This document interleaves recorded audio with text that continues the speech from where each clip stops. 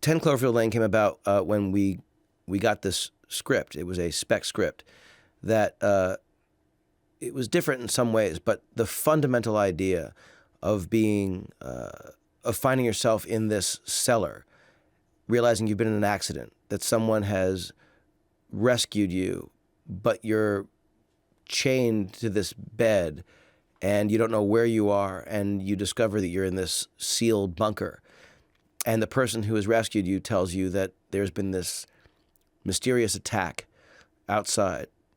It was such a great and horrible notion. It was such a tense conceit. And I remember feeling like it was just, it was like a Twilight Zone idea.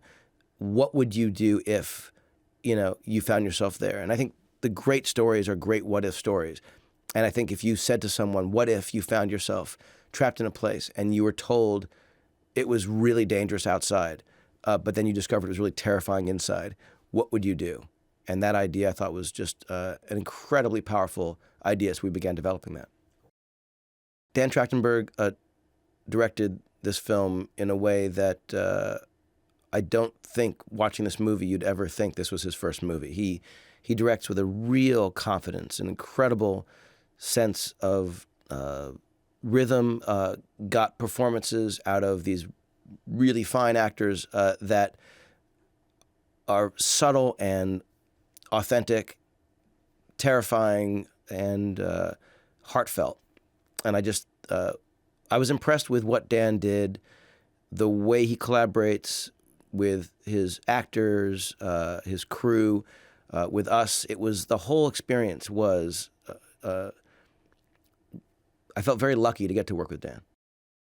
I was a fan of Mary Elizabeth Winstead's from her work in Scott Pilgrim, and was thrilled that she was going to be in this movie. She does some incredible stuff in this movie. Her character, Michelle, has a lot to react to, but it was obviously very important for her, for Dan, for all of us, that Michelle not be a character that is just reactive. She had to be strong, she had to be resourceful and obviously proactive. And this is a movie about someone who begins the story, essentially someone who runs from trouble. And you meet her, and that's what she's doing. And she tells a story in the middle. It's a very emotional story where you realize that's her condition.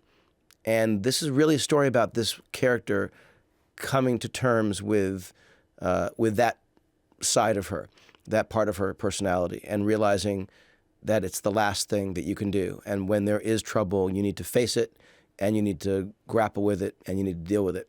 Mary plays this character with an amazing strength, even when she's terrified, even when she is perplexed as to what move to make, even when she's desperate, shocked. And there's a lot of that going on. She's never giving up. She's always in this moment of what is the right move to make. At its heart, 10 Cloverfield Lane is a puzzle. This movie is a constant question. What is the right move for Michelle to make to survive? And I think that watching the way Mary performs this character and what she and Dan did together, you see her at every turn calculating what the next move is, constantly making moves that she realizes might not have been the right one, revelations that she has to process and do the math to figure out what does she do next, because that's not what she expected or what the audience expected. And the beauty of that is, I think along the way, the audience is with her every step. And she reacts very much, I think, the way I would like to think we would in that situation, from beginning to end. It's almost counterintuitive to cast John Goodman to play Howard, because Howard is a character that can be truly terrifying, and John Goodman is so instantly likable. And I think the fun of that is seeing these flavors, these things, these ideas that Goodman presents in the movie. It makes it really hard to judge Howard despite what he's doing. John Gallagher Jr., who is someone I loved in Short Term 12 and Newsroom, is someone who he makes it look so easy. And this is a character who, Emmett, who is not particularly sharp, but it takes, I think, an incredibly sharp actor to play a character like that and make him as authentic and likable as John does.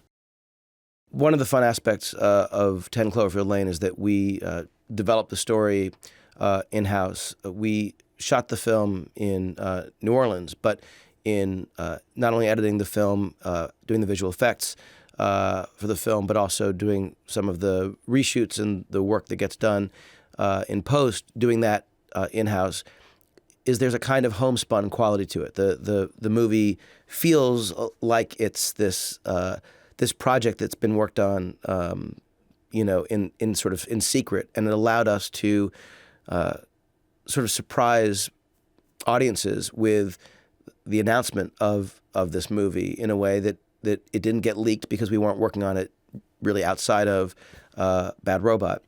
Kelvin Optical is a department at Bad Robot that is run by Ben Rosenblatt, and it is this sort of production arm that has not only been involved in production on a number of reshoots that we've done, but also oversees visual effects, and getting to do that, some of the sound effects in-house, mixing of the movie in-house. It's closer to doing a student film or an independent film than it is doing a typical studio movie. And I'm really grateful that Paramount has supported our, working on all those aspects of the movie in this way, partly because it's more fun, it's easy access because everything's sort of under one roof, and there's a kind of pride, I think, that everyone here has when something comes together that was, conceived, shot, edited, posted, all here. And it sort of makes it more fun. It was amazing how many times in doing press for other projects, I would be asked about Cloverfield. When's the sequel coming? Are you doing a sequel? What about Cloverfield 2? And we discussed with Matt Reeves and Drew Goddard and Brian Burke, we talked about what a Cloverfield 2 might look like. But the truth is that, the idea's got to be better than the thing people might expect to get. And this is in a world where Cloverfield, has come and gone. And since then, Godzilla has been in the mix, and Pacific Rim has been in the mix. And there have been, a number of movies that have sort of done giant monster, kaiju films. And to do something like that again, it has to be a great reason for it.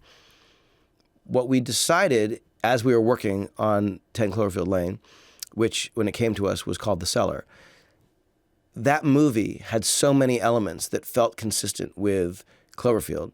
There was a sense of humor to it. There were characters that we related to and really liked. There was a kind of DNA that felt like Cloverfield, though it wasn't the same characters. It wasn't the same monster. It wasn't a found footage movie. There were so many things, sort of the Venn diagram of these movies was too obvious. And because it felt that way in-house, we thought, well, there's no reason this can't literally be a Cloverfield movie. So what we thought was, if a Cloverfield sequel wasn't a literal Cloverfield sequel, but rather an original story, and what if the thing that many people are bemoaning, which is, well, how come there aren't enough original stories now being made by major studios? We thought, well, this is actually a great opportunity to allow it to exist in a world where there is a reason for it being a Cloverfield movie. And we have a lot of things that we're working on that are sort of connections, that are sort of in-house ideas. But the idea that this movie would be a kind of sibling to Cloverfield and not a literal continuum was very exciting to us. So we started doing that, work, making connections and adjustments to the story so that it would serve in what we're looking at the sort of Cloverfield universe, or someone said Cloververse.